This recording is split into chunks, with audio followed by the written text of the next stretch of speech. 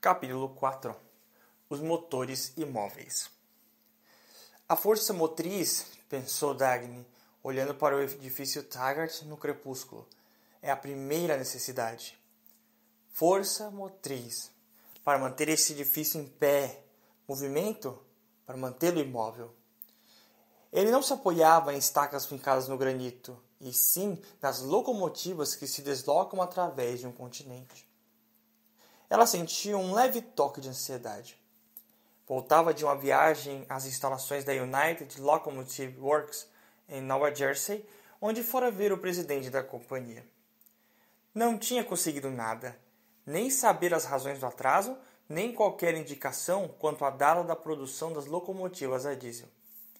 O presidente da companhia falara com ela durante 2 horas. Mas as suas respostas não tinham nada a ver com as perguntas que Dagny lhe fizera. Ele tinha modos que sugeriam uma nota de censura condescendente sempre que ela tentava tornar a conversa objetiva, como se tratasse de uma menina malcriada que quebrasse algum código subentendido que todas as demais pessoas aceitavam e praticavam. Em sua passagem pela fábrica, uma enorme máquina abandonada em um canto. Tinha sido, no passado, uma máquina de grande precisão, de um tipo que já não se encontrava mais. Não estava gasta pelo uso. Entrara em decomposição por negligência, corroída pela ferrugem, pelas gotas negras de óleo sujo. Dagny desviou o olhar. Uma visão daquelas sempre a deixava cega por instantes, ferida por um ódio violento. Não sabia por quê. Não podia definir seus sentimentos. Sabia apenas que neles havia um grito de protesto contra a injustiça e que isso era uma resposta a algo que ultrapassava em muito uma simples máquina velha. O restante de sua equipe já tinha saído, percebeu Dagny ao entrar na antessala de seu escritório. Mas Ed Withers estava lá, esperando por ela. Pelo jeito dele e pelo modo silencioso como a seguiu para o escritório, viu logo que algo acontecera. O que há, Ed? McNamara foi embora. Olhou para ele pálida. Como assim foi embora? Aposentou-se, parou de trabalhar. McNamara, nosso empreiteiro? É, mas é impossível. Eu sei. O que aconteceu? Por quê? Ninguém sabe. Lenta e cuidadosamente, Dagny desabotou o casaco, sentou-se à sua mesa, começou a tirar as luvas. Então disse: Comece do começo, Ed. Sente-se. Ele falou calmamente, embora permanecesse de pé.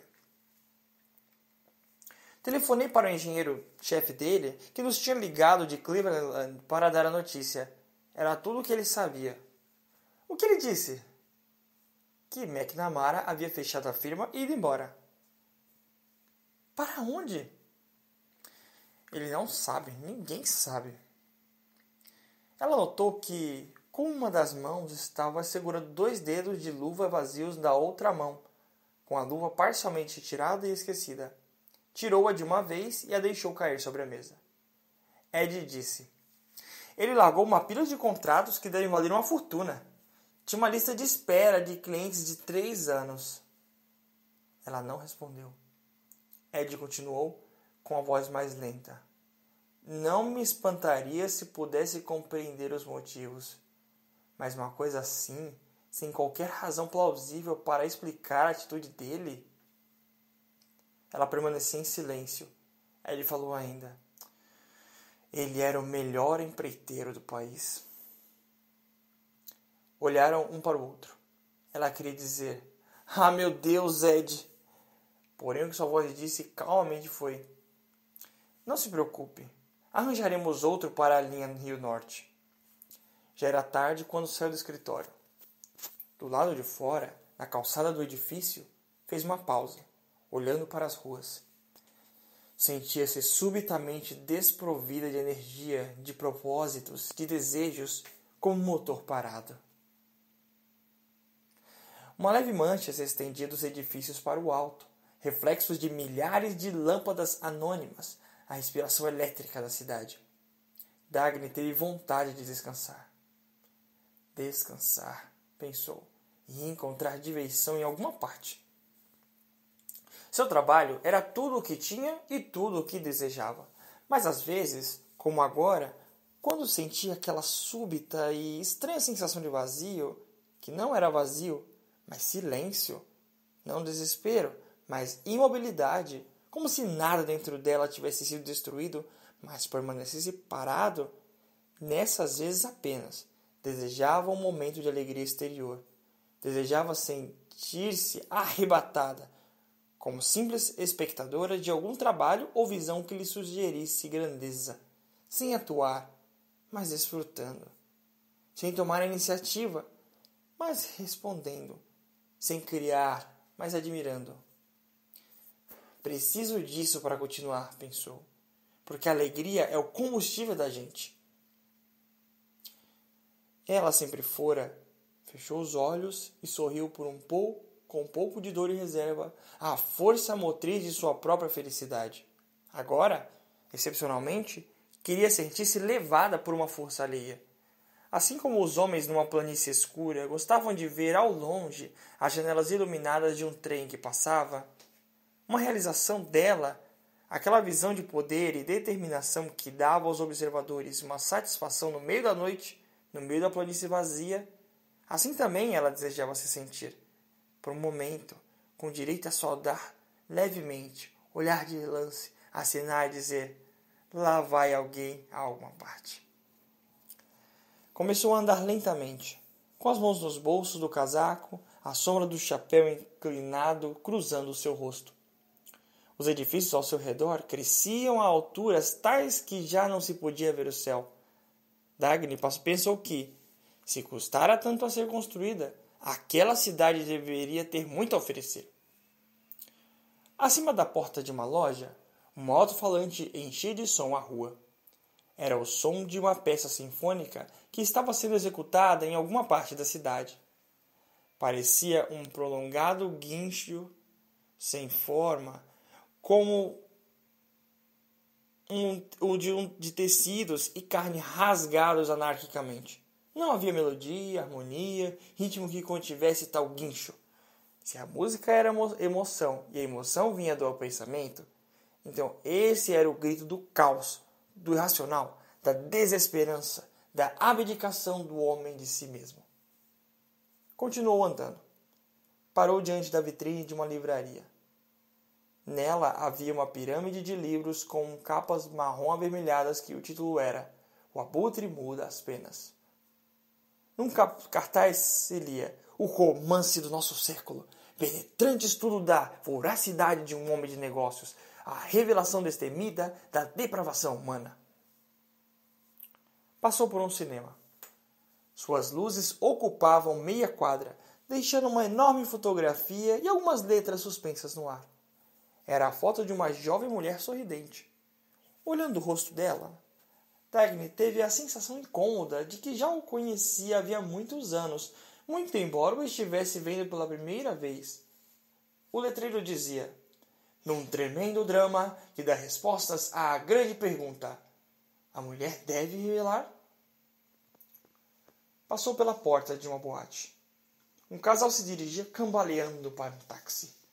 A moça tinha olhos pintados, suor no rosto e usava estola de arminho e um manto na cabeça, que agora caía descuidado, deixando um dos ombros à mostra, como um roupão doméstico, revelando demais o seu seio, não com ousadia, mas com a indiferença do desleixo.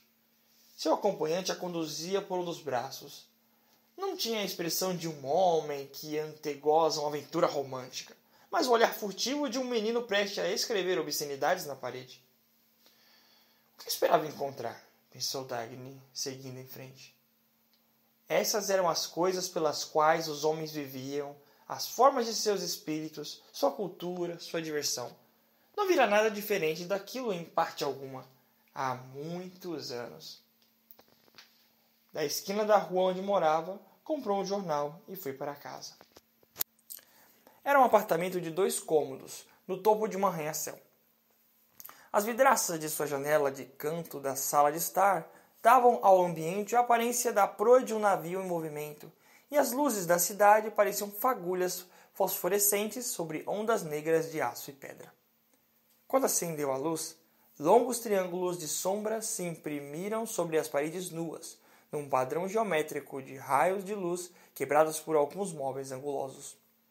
Ficou parada no meio da sala, sozinha entre céu e cidade. Só havia uma coisa que lhe podia proporcionar o que desejava sentir nesta noite.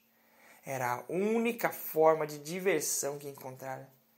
Dirigiu-se para o toca-discos e colocou um disco de Richard Halley. Era o quarto concerto, a sua última obra. O estrondo dos acordes iniciais afastou da mente de Dagny a visão das ruas. O concerto era um grande grito de revolta.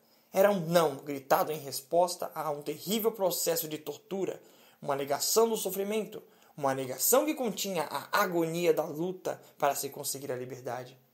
Os sons eram como uma voz que dizia: não há necessidade de que exista a dor, porque então está a dor reservada para aqueles que não acreditam em sua necessidade?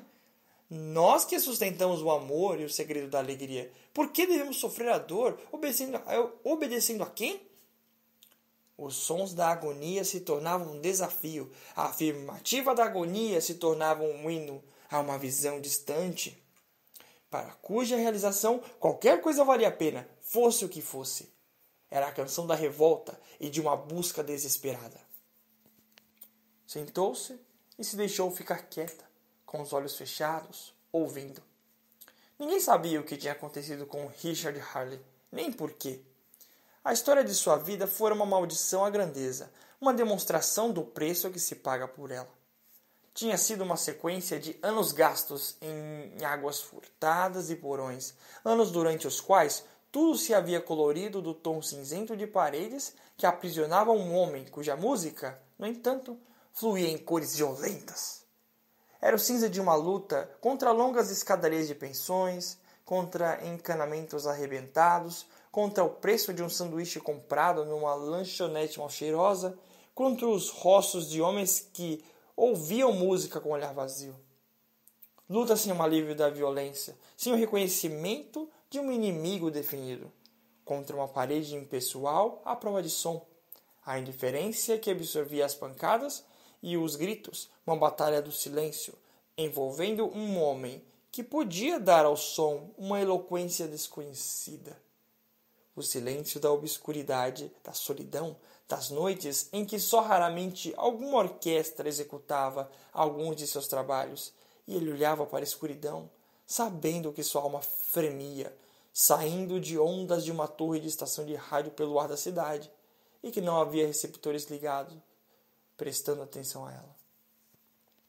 A música de Richard Halley tem uma marca do heróico. Nosso tempo ultrapassou essa baboseira, dissera um crítico.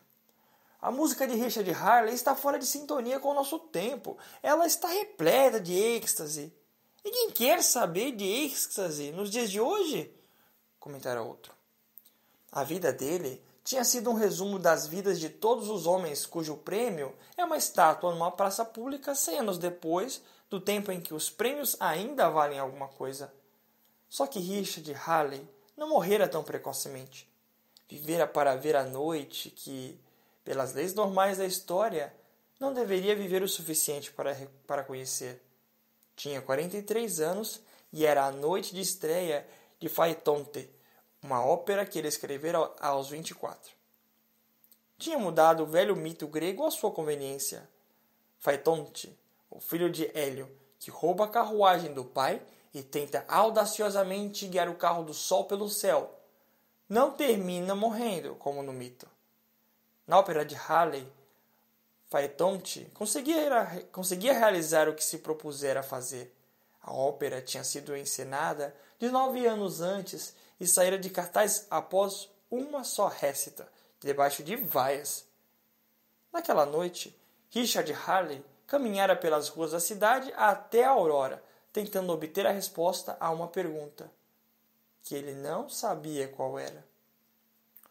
Na noite em que a ópera foi apresentada de novo, 19 anos mais tarde, os últimos acordes coincidiram com o som da maior ovação que o teatro jamais tinha visto.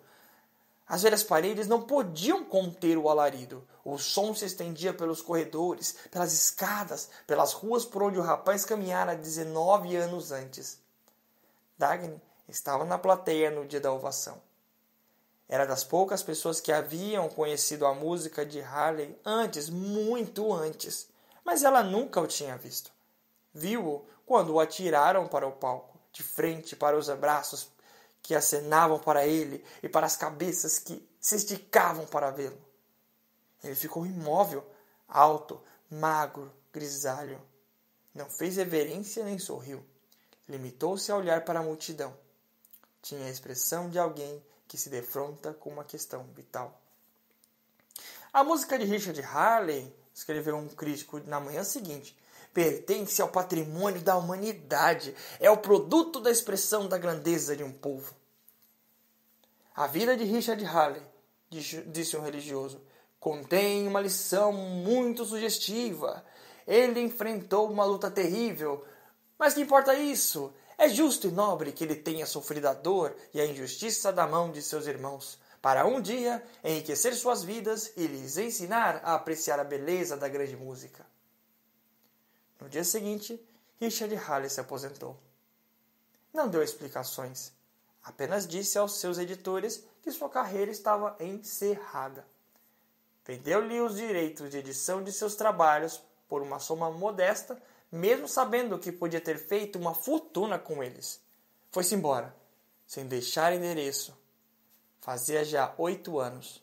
Nunca mais fora visto. Dagny ouvia o quarto concerto com a cabeça jogada para trás e os olhos fechados.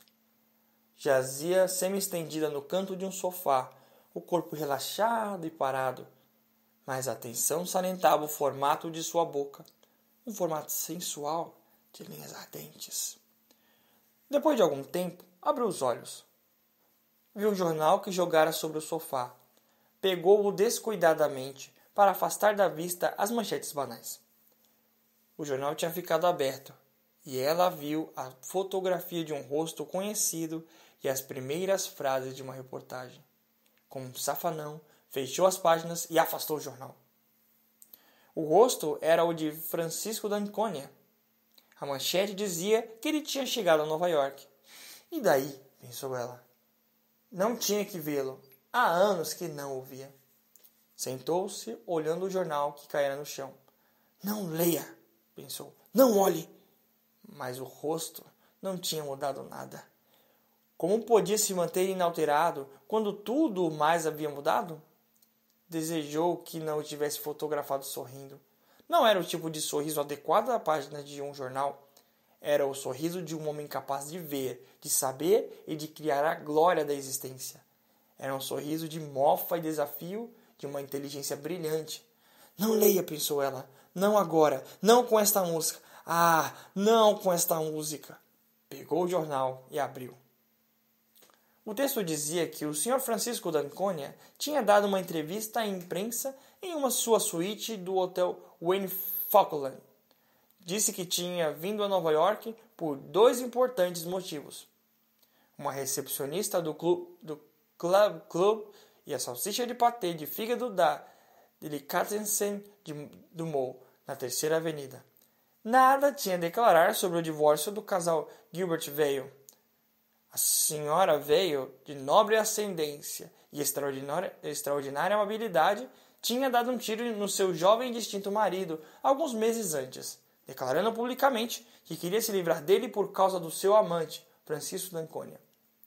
A mulher tinha fornecido à imprensa um relato detalhado de seu romance secreto, incluindo uma descrição da última noite de Ano Novo, que passara na vila de d'Anconia nos Andes. Seu marido sobreviveu ao tiro e entrou com um pedido de divórcio. Ela respondeu com uma ação em que exigia a metade dos milhões do marido e com um relato sobre a vida dele que fazia a sua própria parecer absolutamente inocente. Tudo aquilo saíra nos jornais durante as semanas a fio. Mas o Sr. d'Anconia nada tinha a declarar a respeito. Perguntaram se ele negava a história da senhora Vale e ele respondeu: eu nunca nego nada. Os repórteres estavam curiosos por causa de sua súbita visita à cidade. Imaginavam que ele não queria estar ali logo na hora em que a pior parte do escândalo estava a ponto de ocupar as primeiras páginas. Mas estavam enganados. D'Anconia mencionou uma terceira razão para sua chegada. Quero ver essa comédia, disse ele. Dagny deixou o jornal cair no chão. Sentou-se e se inclinou para a frente, repousando a cabeça sobre os braços. Não se moveu, mas as mechas do cabelo que lhe desciam pelos joelhos entremeciam de vez em quando. Os acordes grandiosos da música de Halley continuavam enchendo a sala, alcançando as vidraças das janelas, como que para as atravessar e se estender por toda a cidade. Ela ouvia a música. Era a sua busca, o seu grito. James Taggart olhou para a sala de estar do seu apartamento, imaginando que horas seriam. Não tinha vontade de procurar o relógio. Sentou-se numa poltrona com seu pijama amarrotado, descalço. Ia dar muito trabalho procurar os chinelos. A luz do céu cinzento na janela feriu seus olhos ainda pesados de sono. Sentiu, no interior do crânio, o vazio que prenunciava uma dor de cabeça. Perguntou-se por que diabos fora parar ali, na sala. Ah, sim, lembrou-se, para saber das horas. Inclinou-se sobre o braço da poltrona e divisou um relógio num prédio ao longe. 12:20. Pela porta aberta do quarto de dormir, ouviu Betty Pope, que escovava os dentes no banheiro, mais além. A cinta estava no chão, ao lado de uma cadeira na qual se encontrava o restante de suas roupas. Era uma cinta cor-de-rosa desbotada com barbatanas de borracha partidas. Será que você pode se apressar? Perguntou ele irritado. Tenho que me vestir. Ela não respondeu. Pela porta aberta do banheiro, ele podia ouvi-la gargarejar. Por que faço esse tipo de coisa? Pensou ele, lembrando a noite anterior. Mas dava muito trabalho procurar uma resposta agora. Betty veio para a sala, arrastando as dobras de um robe de cetim de cores laranja e púrpura, distribuídas em losangos arlequinais. Ela ficou horrível de roubo, pensou James. Ficava tão melhor de traje de montaria, como aparecia nas fotos das páginas de acontecimentos sociais.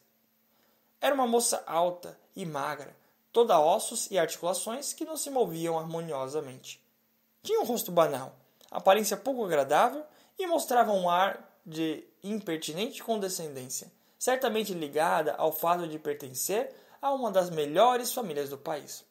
Ah, diabos! Disse ela sem referir a nada em particular e se espreguiçando. Jean, onde está o seu cortador de unha? Preciso cortar minhas unhas do pé. Não sei. Estou com dor de cabeça. Corte em casa. Você está desagradável hoje, disse ela indiferente. Parece uma lesma. Por que você não cala essa boca? Ela caminhou sem rumo certo pela sala. Não quero ir embora, disse ela, num tom que não exprimia nenhuma emoção. Detesto as manhãs. Aí está mais um dia e nada para fazer. Tem um chá hoje à tarde na casa de Liz Blaine. Bem, talvez até seja divertido, porque a Liz é uma vagabunda. Pegou o copo e bebeu o restante do drink. Por que você não manda consertar o ar-condicionado? Esse lugar está cheirando mal. Posso usar o banheiro? Perguntou ele. Tenho que me vestir. Tenho um compromisso importante hoje. Pois entre. Não importa. Divido o banheiro com você. Mas não me apresse. Enquanto fazia a barba, ele havia se vestindo diante da porta aberta do banheiro. Levou um bocado de tempo para se encaixar na cinta, ajeitando as ligas das meias, pondo um vestido caro e desengonçado de tweed. O robe tipo Arlequim, que Betty vira num anúncio na revista de modas mais chique, era como um uniforme que ela sabia ser preciso usar em certas ocasiões e que empregava disciplinarmente para determinado fim e depois deixava de lado. A natureza do relacionamento dos dois era desse mesmo tipo. Não havia paixão, nem desejo, nem prazer real, nem mesmo um sentimento de vergonha. Para eles, o ato sexual não era alegria nem pecado. Não significava nada. Tinham ouvido falar que homens e mulheres dormiam juntos e, por isso, dormiam juntos. Jim, por que você não me leva àquele restaurante armênio hoje à noite? Não posso, respondeu ele irritado do meio da espuma de sabão que lhe cobriu o rosto. Tenho um dia muito trabalhoso pela frente. Não vá trabalhar. O quê? Deixe tudo para lá. Tenho coisas importantes para hoje, meu bem. Uma reunião da diretoria. Ah, não se chateie com essa maldita ferrovia. É uma chatice. Odeio homens de negócios. São chatos. Ele não respondeu. Beth olhou para ele manhosamente e sua voz mostrou um tom mais vivo quando lhe disse: Jack Benson disse que você leva uma vida mole nessa história de ferrovia, porque a sua irmã é quem faz tudo, no fim das contas. Ah, ele disse? Disse? Eu acho sua irmã horrorosa. Acho horrível a mulher se comportar como um gorila e posar de executivo. Que coisa pouco feminina. Quem ela pensa que é, afinal? James caminhou até a soleira da porta. Inclinou-se contra um dos marcos, estudando Beth. Tinha um risinho leve, sarcástico, confiante no rosto. Enfim, eles tinham algo em comum, pensou. Talvez lhe interesse saber, querida, disse ele, que estou preparando uma rasteira na minha irmã esta tarde. Não diga, disse ela interessada. É mesmo? Eis aí por que é tão importante a reunião de hoje. Você vai se livrar dela? Não precisa tanto. Nem é aconselhável. Vou botá-la no seu devido lugar apenas. Eu estava esperando por isso havia muito tempo. Encontrou algum ponto fraco nela? Algum escândalo? Não. Você não compreenderia. É que ela foi longe demais e tem de ser advertida. Tomou uma série de medidas absurdas sem ouvir ninguém. Uma série de ofensas aos nossos amigos mexicanos. Quando a diretoria tomar conhecimento, vai aprovar umas modificações no departamento de operações. E isso vai amansá-la bastante. Você é um cara esperto, Jim. É melhor eu me vestir. Ele pareceu feliz. Virou-se para a pia e acrescentou: Talvez eu termine levando você hoje à noite ao restaurante armênio.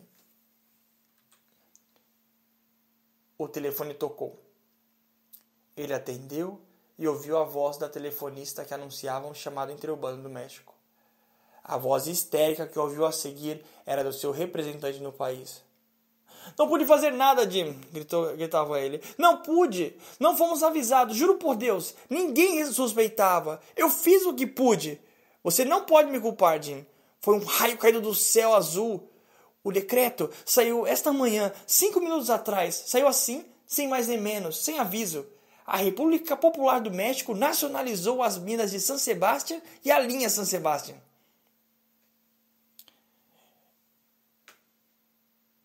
E, portanto, posso afirmar aos membros da diretoria que não há razão para entrar em pânico.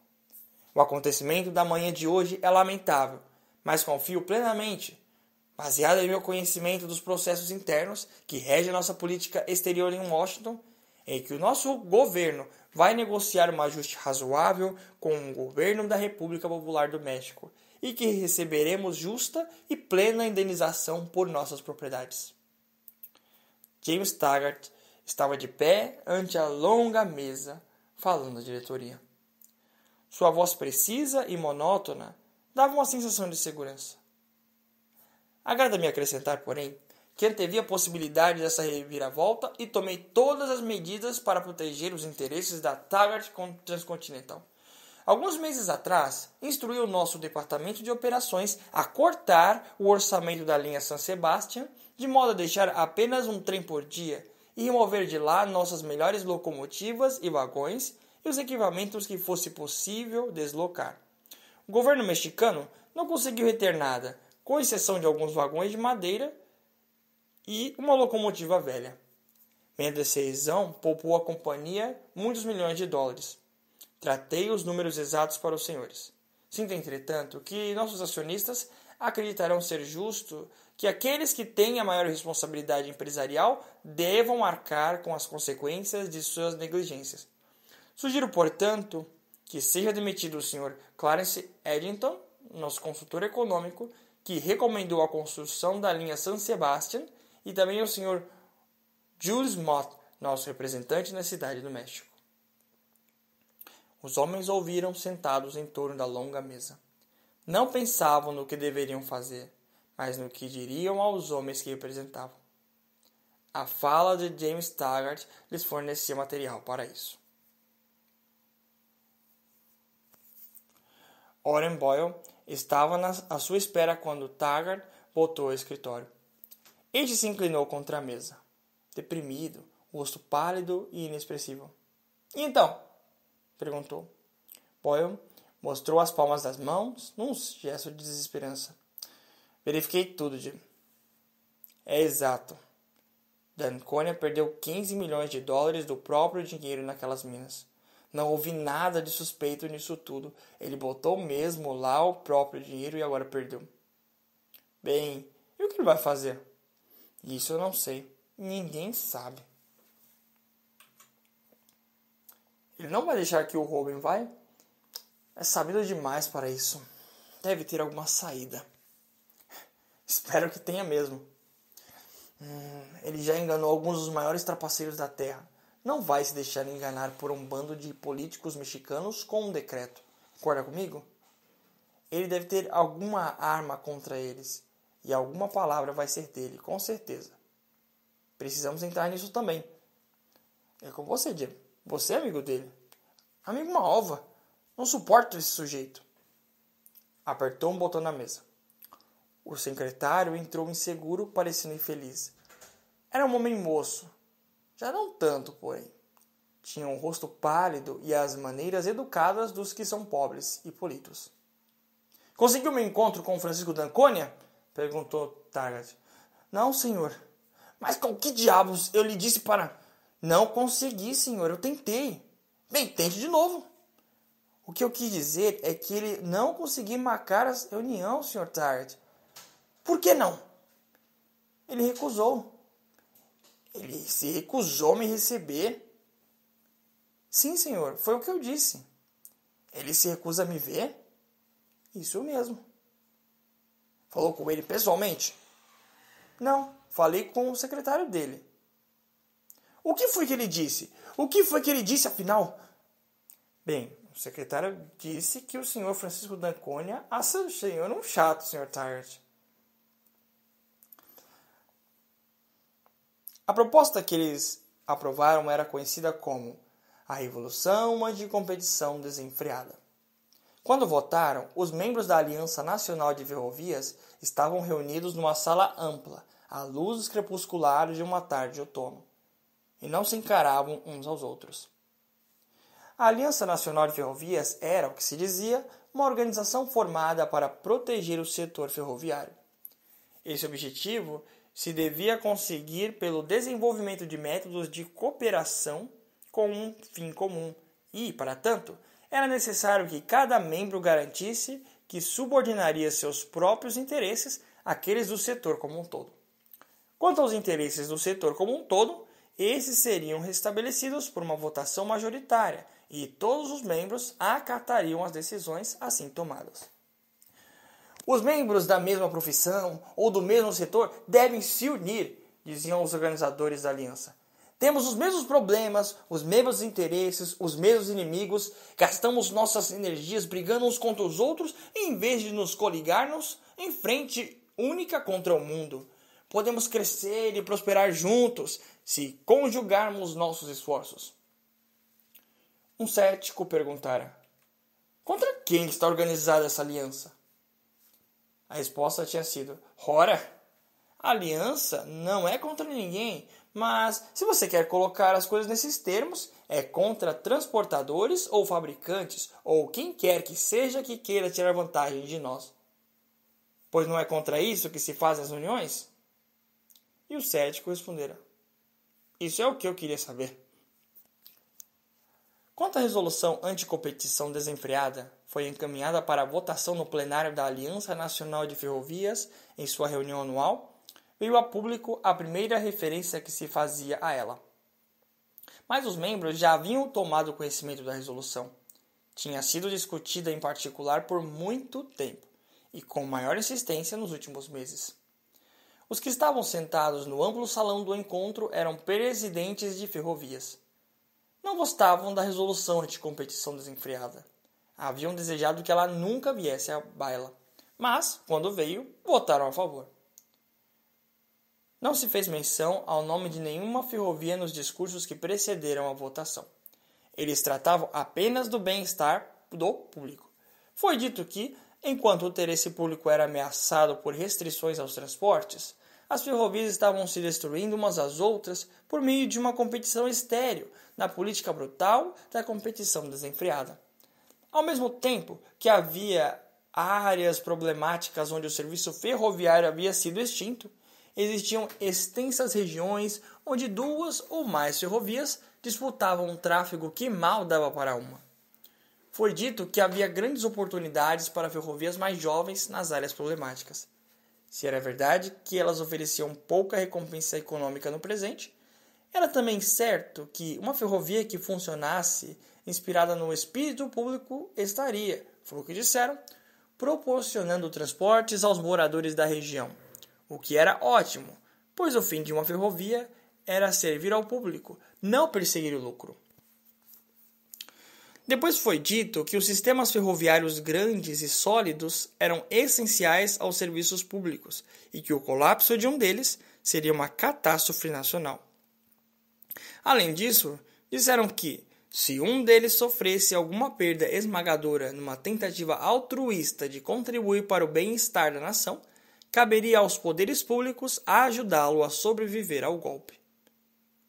Não se mencionou o nome de nenhuma ferrovia, mas quando o presidente do encontro ergueu a mão, num sinal solene de que começaria a votação, todos olharam para Dan Conway, presidente da Fênix Durango. Somente 4 dissidentes votaram contra. Mesmo assim, quando o presidente anunciou a aprovação, não houve nenhuma manifestação da Assembleia, a não ser o mais pesado silêncio. Até o último minuto, todos haviam esperado que alguém o salvasse daquilo. A resolução anti-competição desenfreada foi qualificada como uma medida de autorregulação voluntária, que visava melhorar o cumprimento das leis há muito vigentes e aprovadas pelo Poder Legislativo. Ela prescrevia que os membros da Aliança Nacional de Ferrovias ficavam proibidos de se engajar em atividades definidas como competição destrutiva. Em regiões declaradas limitadas, somente uma ferrovia poderia operar. Em tais regiões, a prioridade seria da ferrovia mais antiga que lá operasse. Os novatos que se tivessem instalado deslealmente em tais áreas deveriam suspender suas operações no prazo de 9 meses após terem recebido ordens para o fazer. O Comitê Executivo da Aliança Nacional de Ferrovias tinha poderes para decidir, segundo seus próprios critérios, quais seriam as regiões classificadas como limitadas. Quando a sessão foi suspensa, os participantes se apressaram em sair. Não houve conversas particulares nem bate-papos amistosos. O salão ficou deserto muito depressa. Ninguém olhou para Dan Conway, nem se dirigiu a ele. No vestíbulo do edifício, James Taggart avistou Oren Boyle. Não haviam marcado o encontro, mas Taggart viu a figura corpulenta desenhada contra a parede de mármore e logo soube quem era, antes mesmo de lhe ver o rosto. Aproximaram-se um do outro e Boyle falou com seu sorriso menos aberto de costume. Fiz a minha parte. Agora é a sua vez, Jimmy. Você não precisava ter vindo. Por que veio? Perguntou James mal-humorado. Ora, só para me divertir com a coisa. Dan Conway estava sentado sozinho no meio de uma fila de cadeiras vazias. Ainda estava lá quando a faxineira chegou para fazer a limpeza do grande salão. Quando ela acenou para ele, Conway se levantou obedientemente e se encaminhou vagarosamente para a porta. Ao passar por ela, meteu a mão no bolso e lhe deu uma nota de $5 em silêncio, humildemente, sem olhar seu rosto.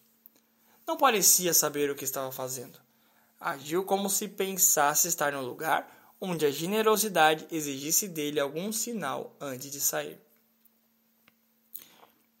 Dagny estava quieta em sua mesa quando a porta do escritório se abriu e James entrou correndo. Era a primeira vez que ele entrava assim. Seu rosto tinha uma aparência febril. Ela não o vira desde a nacionalização da linha San Sebastian. Ele não discutira o assunto com ela, e ela nada dissera a respeito. Dagny tinha recebido provas tão cabais de que a razão estava do seu lado que não havia necessidade de qualquer comentário. Um sentimento misto de cortesia e piedade a impediu de dizer a ele a conclusão que se impunha com base nos fatos. Pela razão ou por justiça, era uma conclusão única.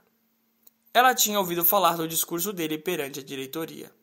Dela de ombros, achando engraçado, se era necessário a seus fins, fossem quais fossem, se apropriar do que ela havia feito. Pelo menos era de esperar que ele a deixasse livre para atuar dali em diante. Então você pensa que só você faz alguma coisa nessa ferrovia? Ela olhou para ele inteiramente desnorteada. A voz do irmão era penetrante. Ele estava lá, diante da mesa dela, tenso, agitado. Pensa que arruinei a companhia, não é? Gritou. E que agora só você pode nos salvar, não é? Que eu não tenho como resolver o prejuízo mexicano, não é? O que você quer? Perguntou ela lentamente. Quero lhe dar algumas informações. Lembra-se da resolução anticompetição desenfreada de que falei a você uns meses atrás? Você não gostou da ideia. Não gostou nem um pouco da ideia. Lembro-me. O que há com ela? Foi aprovada. O quê? A resolução anticompetição desenfreada foi aprovada há apenas alguns minutos na reunião. Dentro de 9 meses já não haverá mais nenhuma ferrovia Fênix Durango no Colorado. Ela se levantou num ímpeto, derrubando um cinzeiro de vidro. Seus cachorros! Ele permaneceu imóvel. Estava sorrindo. Dagny sabia que estava tremendo, exposta a ele, sem defesa, e que essa era a visão que ele apreciava. Mas isso não tinha importância para ela. Aí viu o sorriso dele e a raiva se evaporou subitamente. Passou a não sentir mais nada. Examinava aquele sorriso como uma curiosidade fria e impessoal. Ficaram se encarando. Ele parecia, pela primeira vez, não ter medo dela. Estava gozando a situação. Para ele, a coisa significava muito mais do que a simples destruição de um competidor. Não era uma vitória sobre Dan Conway, era uma vitória sobre ela. Dagny não sabia como nem de que maneira, mas sabia que ele tinha certeza disso. Por um momento, ela pensou que ali, diante dela, em James e na força que o fazia sorrir, estava um segredo do qual ela jamais suspeitara, que tinha uma importância crucial e que começava a entender. Mas esse pensamento apareceu de repente e, de repente também, sumiu. Ela se encaminhou para a porta de um armário e apanhou seu casaco.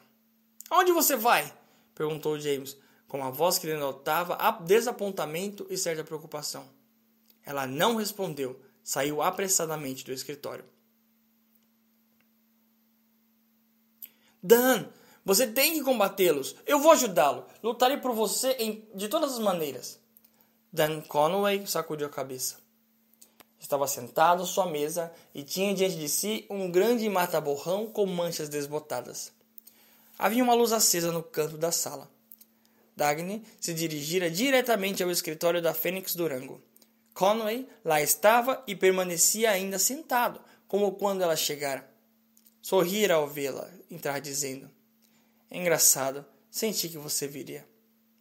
Sua voz era calma, sem vida.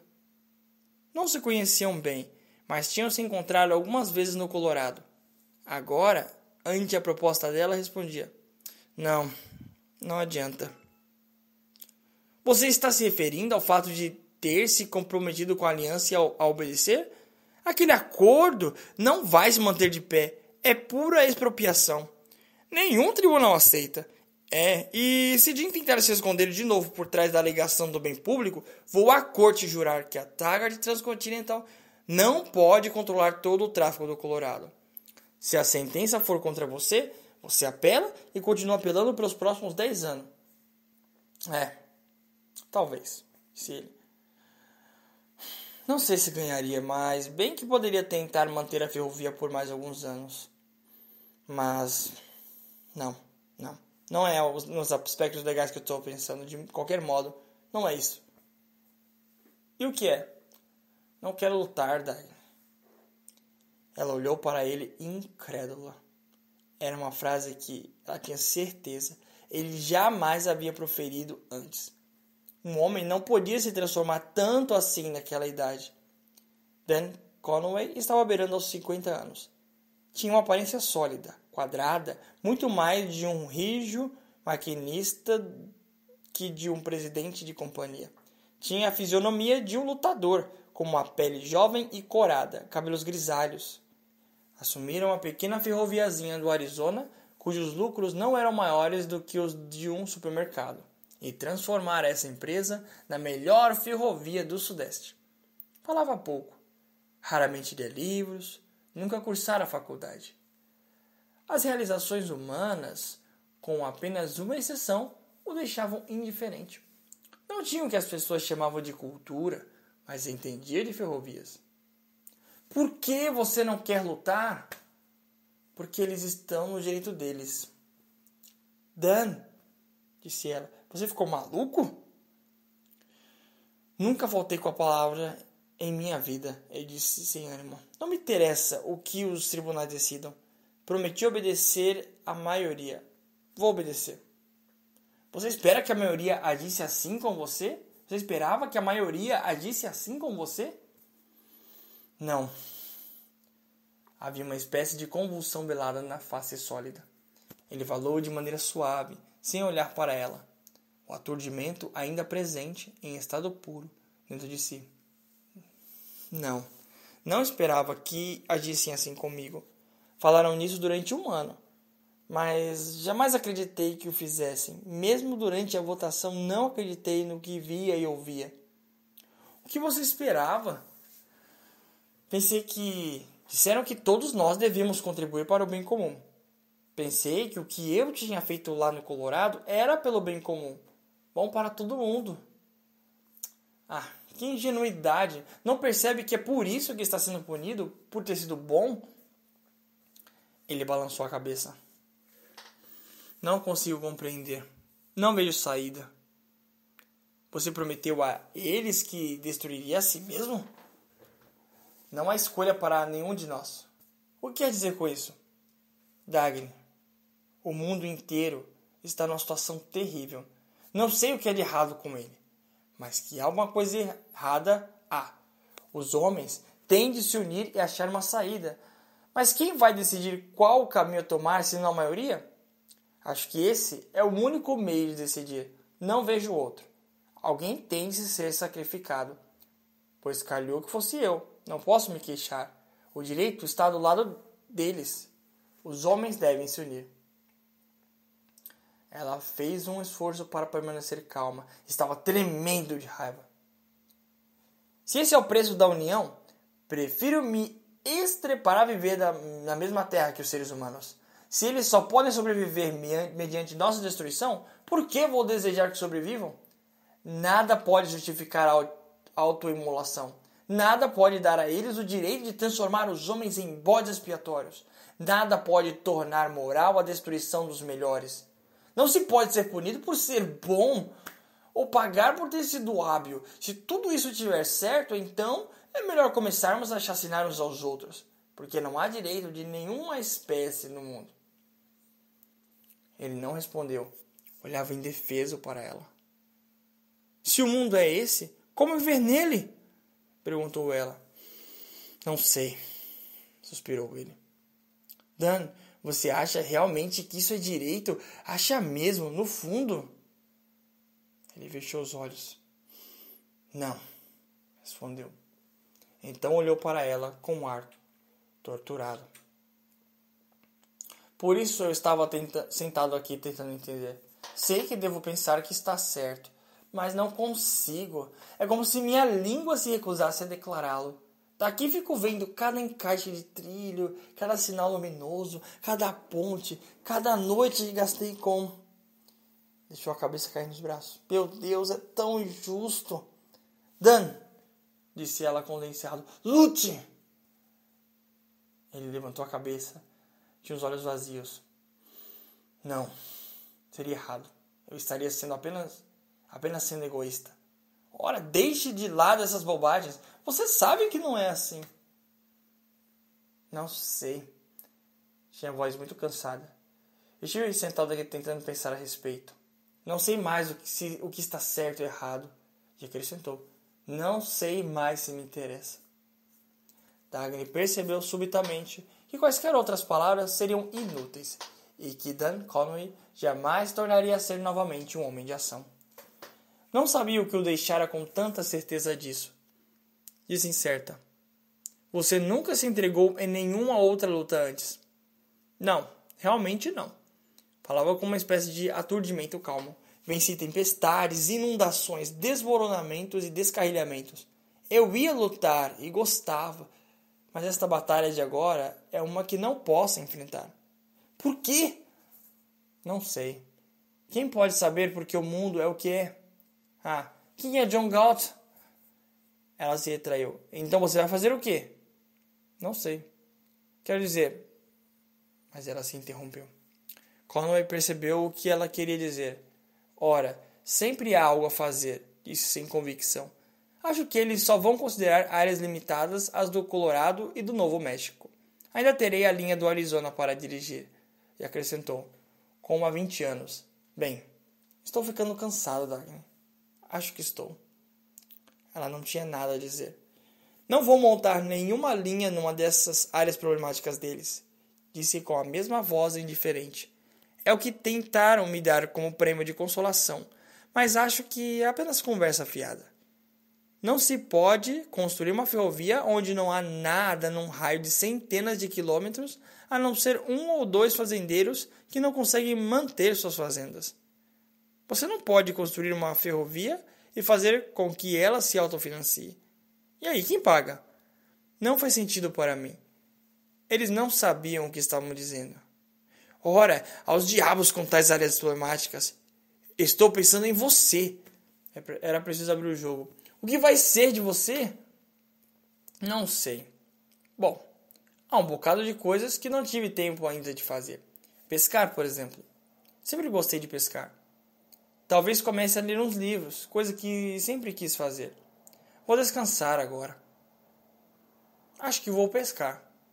Há uns lugares ótimos lá no Arizona, pacíficos e calmos, onde não se vê viva alma por muitos e muitos quilômetros.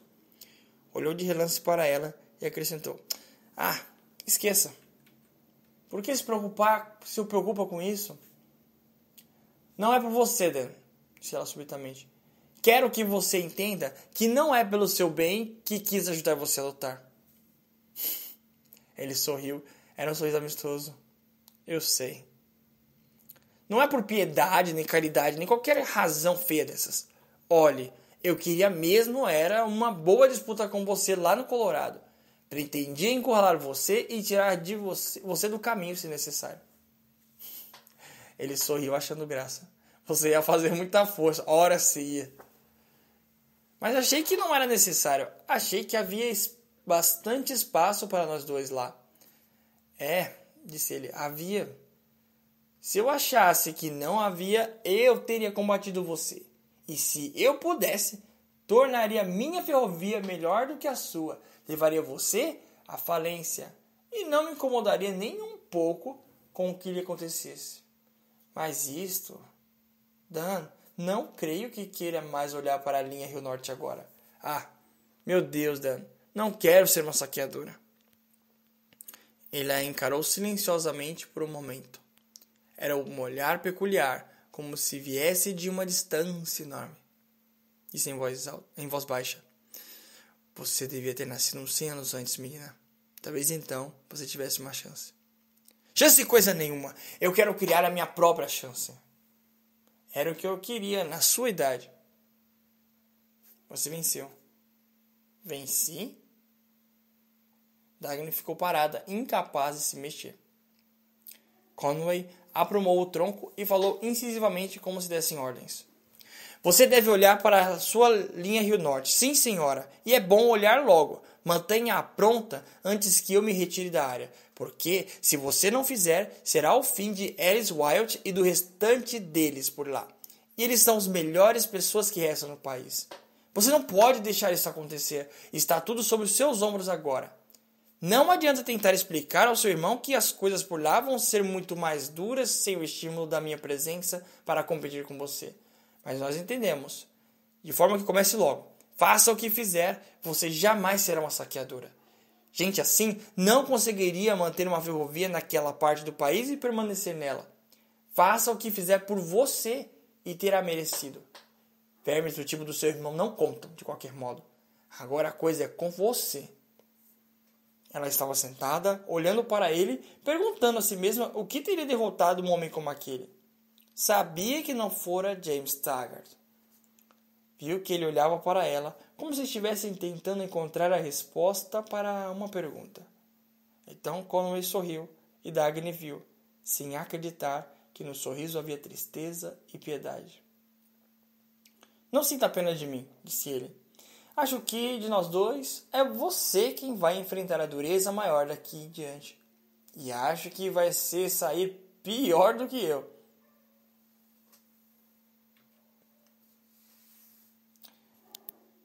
Ela telefonara para a siderúrgica e marcara uma entrevista com Hank Hirlen para aquela tarde. Pousara o telefone e se inclinava sobre um mapa da Rio Norte, estendido sobre sua mesa, quando a porta se abriu. Dagny olhou para o visitante espantada. Não imaginaria jamais que a porta do seu escritório se abrisse sem que a avisarem. O homem que entrou era um desconhecido. Era jovem, alto, e algo nele lhe sugeria violência, ainda que ela não pudesse dizer bem de onde vinha a sensação, porque o primeiro traço que se guardava dele era de um autocontrole que se mostrava quase com arrogância. Tinha olhos escuros, cabelos desgrenhados e usava roupas caras, que envergava com descuido. Alice Wilde, se apresentando. Ela se levantou sem querer. Compreendeu porque ninguém pôde ou teria ido detê-lo na antessala. Sente-se, Sr. Wilde, disse ela sorrindo. Não é necessário. Ele não sorria. Não gosto de entrevistas longas. Lentamente, prolongando o gesto deliberadamente, ela sentou-se e inclinou o corpo para trás, olhando para ele. Então, vim vê-la porque acho que a senhora é a única pessoa dotada de cérebro nesta porcaria de rede. Em que posso servi-lo? Vou lhe dar um ultimato. Falava em voz clara, destacando cada sílaba. Eu espero que a TARS Transcontinental daqui 9 meses ponha trens a correr no Colorado da maneira como os meus negócios precisam que corram. Se a empulhação que montaram para a Fênix Durango visava desobrigar você de esforço, estão todos enganados. Não fiz exigência a vocês quando não tinham condições de funcionar da maneira que eu precisava. Encontrei alguém que podia fazê-los. Agora me forçam a negociar com vocês. Esperam me ditar os termos por não me oferecerem alternativa. Querem que eu baixe meus serviços ao nível de sua incompetência. Aviso que calcularam errado. Ela respondeu lentamente e com esforço. Devo informá-lo do que pretendo fazer com o nosso serviço no Colorado? Não estou interessado em discussões nem em intenções. Quero o transporte. O que vocês fizeram para fornecê-lo e a maneira como fizerem são problema de vocês, não meus. Estou apenas dando um aviso. Os que quiserem tratar comigo hão de fazê-lo nos meus termos, não em outros. Não faça acordos com a incompetência. Se esperarem ganhar dinheiro transportando o petróleo que produzo, terão de ser tão bons em seu negócio quanto eu sou no meu. Quero que isso fique bem entendido. Ela disse calmamente. Compreendo. Não vou perder tempo demonstrando a vocês por que convém levar a sério o meu ultimato. Se vocês têm inteligência de manter esta organização corrupta funcionando minimamente que seja, terão a inteligência de entender isso também. Nós dois sabemos que, se a Tarde Transcontinental mantiver seus trens no Colorado do mesmo jeito que está há 5 anos, estaria arruinado. Sei que isso é exatamente o que vocês pretendem fazer. Vocês pretendem me sugar enquanto puderem até encontrar outra carcaça para sugar depois de acabarem comigo. Essa é a política da maior parte da humanidade de hoje. Portanto, aqui está o ultimato. Agora está em seu poder destruir-me.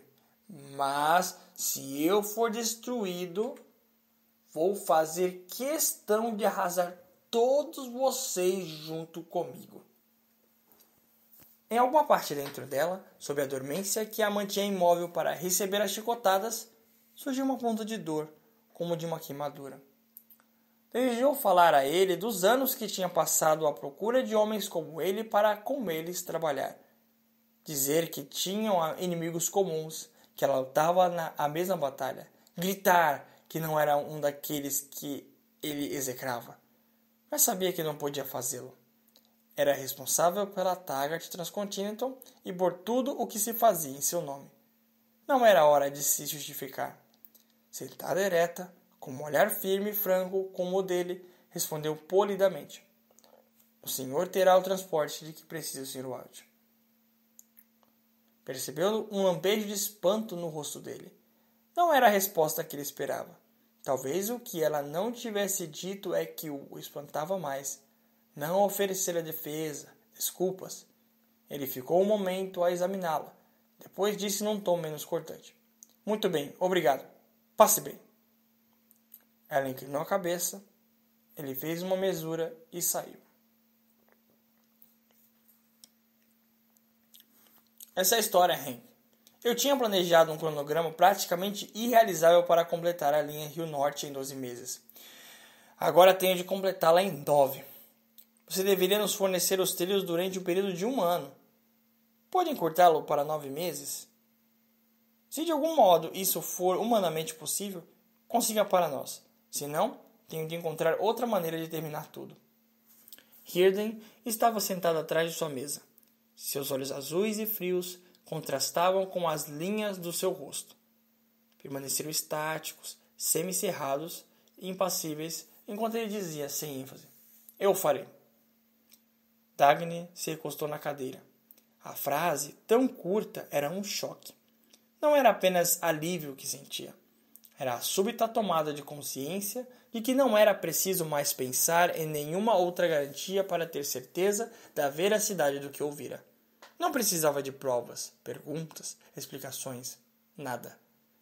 Um problema de tal modo complicado se resolvia com segurança repousando sobre 3 palavras pronunciadas por um homem que sabia o que dizia. Não demonstre que está aliviada. O tom de voz dele era de gozação. Não demonstre tanto assim. Seus olhos apertados miravam na direção dela com um sorriso semi-oculto. Posso até pensar que tenho a Taggart Transcontinental sob meu controle. Isso você sabe que tem, de qualquer modo. Claro. E que você pague. Tudo bem. Quanto? $20 a mais, por tonelada, nas encomendas feitas a partir de hoje. Muito caro, Hank. É o melhor preço que você pode me oferecer? Não. Mas é o que eu vou conseguir. Se eu pedisse o dobro, você pagaria. É verdade. Mas você não vai pedir o dobro. E por que não? Porque você também precisa ver a Rio Norte construída. Vai ser a sua primeira vitrine para o Metal Hirden. Ele sorriu. É verdade. Gosto de lidar com gente que não tem noções a respeito de favores. Sabe o que me fazia sentir aliviada quando você falou? O quê?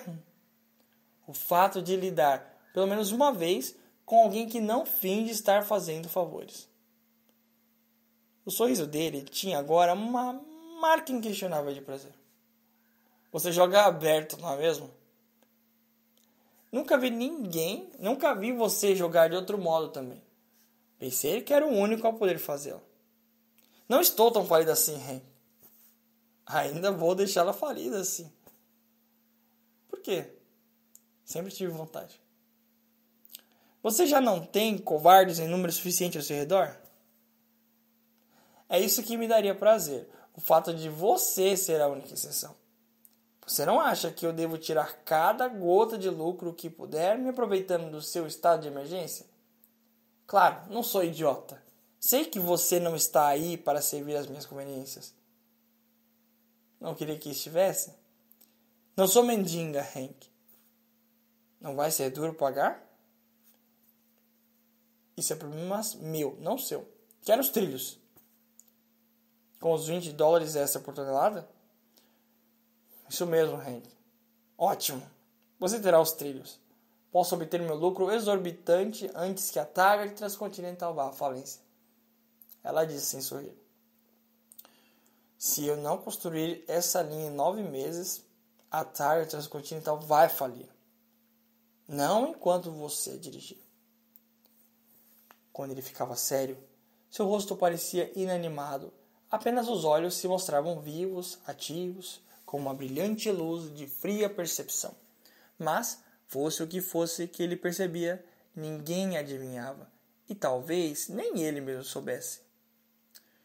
Eles fizeram o máximo possível para dificultar as coisas para você, não foi? Foi. Eu contava com o Colorado para salvar a rede. Agora eu é que tenho que salvar o Colorado. Daqui 9 meses.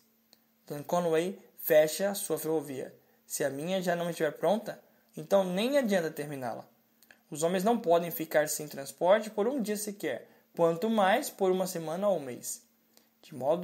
Do modo como tem crescido, não pode deixá-los parados por um tempo e depois esperar que continuem. É como frear de repente uma locomotiva que corre a 300 km por hora. Eu sei. Posso montar uma boa ferrovia, mas não posso estendê-la através de um continente de meeiros incapazes de cuidar de uma plantação de nabos. Preciso de homens como Alice Wilde, que produzam algo que encha os meus trens. E tenho que lhes dar um trem e uma ferrovia daqui 9 meses, ainda que precise explodir todos os meus auxiliares para consegui-los. Ele sorriu achando graça. Você está preocupada mesmo, não está? E você, não está? Ele não respondeu. Apenas manteve o sorriso no rosto. Não está? Perguntou ela quase com raiva. Não. Então não percebe o que significa? Percebo que vou produzir os trilhos e você vai ter a estrada em 9 meses. Ela sorriu, se descontraindo e sentindo um pouco de cansaço e de culpa. Eu sei que sim. Sei que não adianta me irritar com gente como Jim e seus amigos. Não há tempo para isso. Primeiro tenho que desfazer o que eles fizeram. Depois... Dagny parou, pensativa, balançou a cabeça e deu de ombros. Depois, eles não têm mais importância nenhuma. Eles não vão ter nenhuma importância. Quando ouvi sobre o tal negócio da resolução anticompetição desenfreada, fiquei doente. Mas você não deve se preocupar com esses cachorros. O termo soou violento, porque a voz dele e a sua expressão permaneciam calmas. Você e eu sempre estaremos aí para salvar o país das ações deles. Ele se levantou e continuou a falar, passeando pelo escritório. O Colorado não vai parar. Você vai tocá-lo em frente. E Dan Conway vai voltar e os outros também voltarão. Essa loucura é coisa temporária. Não pode durar. Como toda loucura, tende a se autodestruir. Você e eu estaremos apenas para trabalhar um pouco mais duro por algum tempo. Só isso. Ela observava a figura alta que se deslocava pelo escritório. Era um escritório adequado a ele. Não continha nada além das poucas peças de mobiliário de que ele necessitava, todas reduzidas formalmente ao mínimo essencial para atender às suas finalidades. Todas exorbitantemente caras na qualidade do material e no apuro do design. A sala parecia um motor no interior de uma vitrine de amplas janelas. Mas ela notou um detalhe espantoso. Um vaso de jade que repousava sobre um arquivo. O vaso era sólido, de pedra verde escura e de superfícies lisas. A natureza de suas curvas suaves provocava um irresistível desejo de tocá-lo. Era uma peça que causava estranheza naquele escritório. Incongruente com a austeridade de tudo mais, dava ao ambiente um toque de sensualidade. O Colorado é fantástico, ele disse. Vai ser a salvação do país. Você não tem certeza de que me interesso por ele? Esse estado está se tornando um dos meus melhores compradores.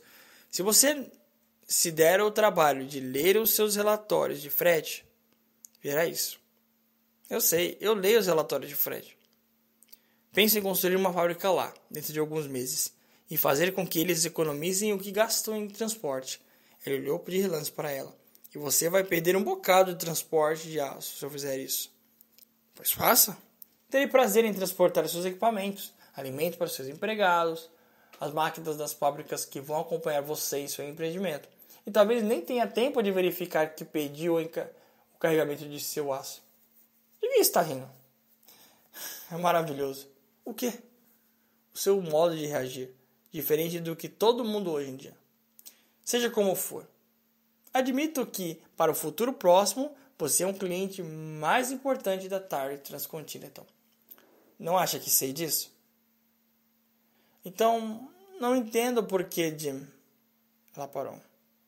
Procura ao máximo prejudicar meus negócios? Porque seu irmão, Jim, é um idiota. É verdade, mas há algo mais. Há algo mais do que simples estupidez aí. Não perca tempo procurando entendê-lo. Deixe-o ficar cuspindo. Ele não representa uma ameaça a ninguém. Gente como Jim Taggart apenas ocupa espaço no mundo. Acho que você tem razão. A propósito, o que você faria se eu não pudesse liberar os trilhos antes do prazo inicial? Eu desmancharia desvios ou fecharia algum ramal, qualquer um, e usaria os trilhos para terminar a Rio Norte a tempo. Ele deu um risinho. É por isso que não me preocupo com a Target Transcontinental. Mas você não vai precisar remover os trilhos. Pode contar comigo. Dagny pensou subitamente que estava enganada a respeito da falta de emoções dele. Por trás daquela frieza, Hirden tinha uma grande capacidade de sentir prazer. Verificou que sempre se sentia à vontade e bem-humorada em sua presença, e que ele também se sentia assim. Era o único homem que ela conhecia a quem podia falar sem tensão nem esforço. Ali estava uma mente respeitável, pensou. Um adversário que vale a pena enfrentar. Apesar disso, sempre existira uma estranha sensação de distanciamento entre eles, como se houvesse uma porta fechada a separá-los. Havia algo de impessoal nas maneiras dele, algo no seu interior que não podia ser alcançado. Ele tinha parado diante da janela. Lá ficou por um momento olhando para fora.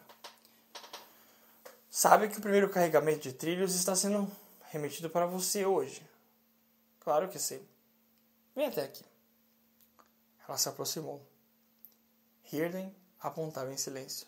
Lá à distância, para além das estruturas da fábrica, ela via uma série de vagões esperando num ramal. Acima deles, um guindaste em movimento cortou o céu. Um ímã na sua extremidade carregava uma grande quantidade de trilhos suspensos no ar por uma força magnética. O sol não aparecia por entre as nuvens cinzentas, mas ainda assim os trilhos brilhavam, como se tivessem luz no espaço, como se tirassem luz do espaço. O metal tinha uma cor azul esverdeada. A grande haste parou sobre um dos vagões, desceu, sofreu um breve espasmo e colocou os trilhos no vagão. O guindaste se moveu de volta, com uma indiferença majestosa. Parecia o desenho gigantesco de um teorema geométrico se movendo acima dos homens da terra. Ficaram na janela, olhando em silêncio, atentos. Dagny não disse nada, até que a nova carga do metal azul esverdeado começou a se mover pelo céu. Aí então, suas palavras vieram, e não se referiam a trilhos, nem ferrovias, nem a encomenda entregues dentro do prazo. Disse, como quem saúda um fenômeno novo da natureza. O metal Hirden. Ele percebeu, mas nada disse. apenas olhou para ela e tornou a olhar para a janela. Hank, que maravilha! É, sim. Hirden falou simples e abertamente. Não havia em sua voz nenhuma marca de prazer vaidoso ou modéstia. E isso, ela sabia, era um tributo pago a ela, o maior que alguém podia oferecer, o sentimento de se ver reconhecido e, ao mesmo tempo, compreendido. Ela disse, quando penso no que esse metal pode fazer, no que ele pode tornar possível, Hank, essa é a coisa mais importante que está acontecendo no mundo hoje em dia e ninguém está percebendo. Nós estamos. Não se olharam. Ficaram olhando o guindaste. Na parte anterior da locomotiva, lá longe, ela podia ver as letras TT e os trilhos do ramal industrial mais ativo da rede Tart. Assim que eu encontrar uma fábrica capaz de fazê-las, vou encomendar locomotivas a diesel de Metal Hirden, disse ela. Você vai precisar mesmo delas. Qual a velocidade que você consegue desenvolver nos seus trens da linha do Rio Norte? No momento? Ficamos satisfeitos quando chegamos a 30 km por hora. Ele apontou para os vagões.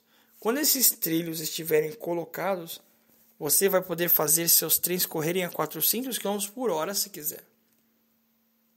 É o que vou fazer quando tivermos vagões de Metal Hirden, que pesarão a metade do que pesa o aço e oferecerão segurança redobrada. Você vai ter que prestar atenção também ao transporte aéreo. Estamos trabalhando num avião de Metal Hirden. O peso será mínimo e ele será capaz de transportar qualquer coisa. Você ainda vai viver para ver os fretes aéreos de grande porte a longo alcance. Tenho pensado no que esse metal poderia fazer com motores de qualquer tipo e nos novos tipos de motor que poderão ser projetados agora. Já pensou nas telas de arame? Simples cercas de tela de arame de Metal Hirden que custarão uma ninharia e durarão 200 anos? E utensílios de cozinha que não custarão praticamente nada e passarão de geração a geração? E pense nos navios que torpedo algum poderá pôr a pique. Já lhe disse que mandei realizar testes com Metal Hirden na construção de fios para comunicações? São tantas as áreas de testes que não sei como mostrar às pessoas quantas coisas podem ser feitas com o Metal Hirden. Falaram longamente do metal e de suas possibilidades inesgotáveis. Era como se estivessem no alto de uma montanha, divisando uma planície ilimitada lá embaixo, cortada por avenidas que davam para todas as direções. Mas falavam apenas de cifras matemáticas, pesos, pressões, resistências, custos. Dagny tinha esquecido completamente o irmão e sua aliança nacional. Tinha esquecido todos os problemas, pessoas e fatos, deixando-os para trás. Tais coisas jamais lhe haviam despertado interesse. Sempre estivera pronta para deixá-las de lado a qualquer momento. A existência delas nunca lhe parecera verdadeiramente real. A realidade estava aqui, pensou ela, nesta sensação de objetividade bem definida, de determinação, de leveza, de esperança. Era assim que ela sempre quisera viver. Não queria gastar nenhuma hora, efetuar nenhum gesto que significasse menos que isso. Ela o encarou no momento exato em que Hirden se voltava para fitá-la. Estavam muito próximos. Ela viu em seus olhos que ele se sentia da mesma maneira que ela. Se a alegria é a finalidade e o cerne da existência, pensou, e se algo que nos causa alegria deve ser guardado como o mais profundo dos segredos, então havíamos nos desnudado totalmente um para o outro naquele momento. Ele deu um passo para trás e disse, com um estranho tom de espanto, desprovido de emoção. Somos dois patifes, não somos? Por quê?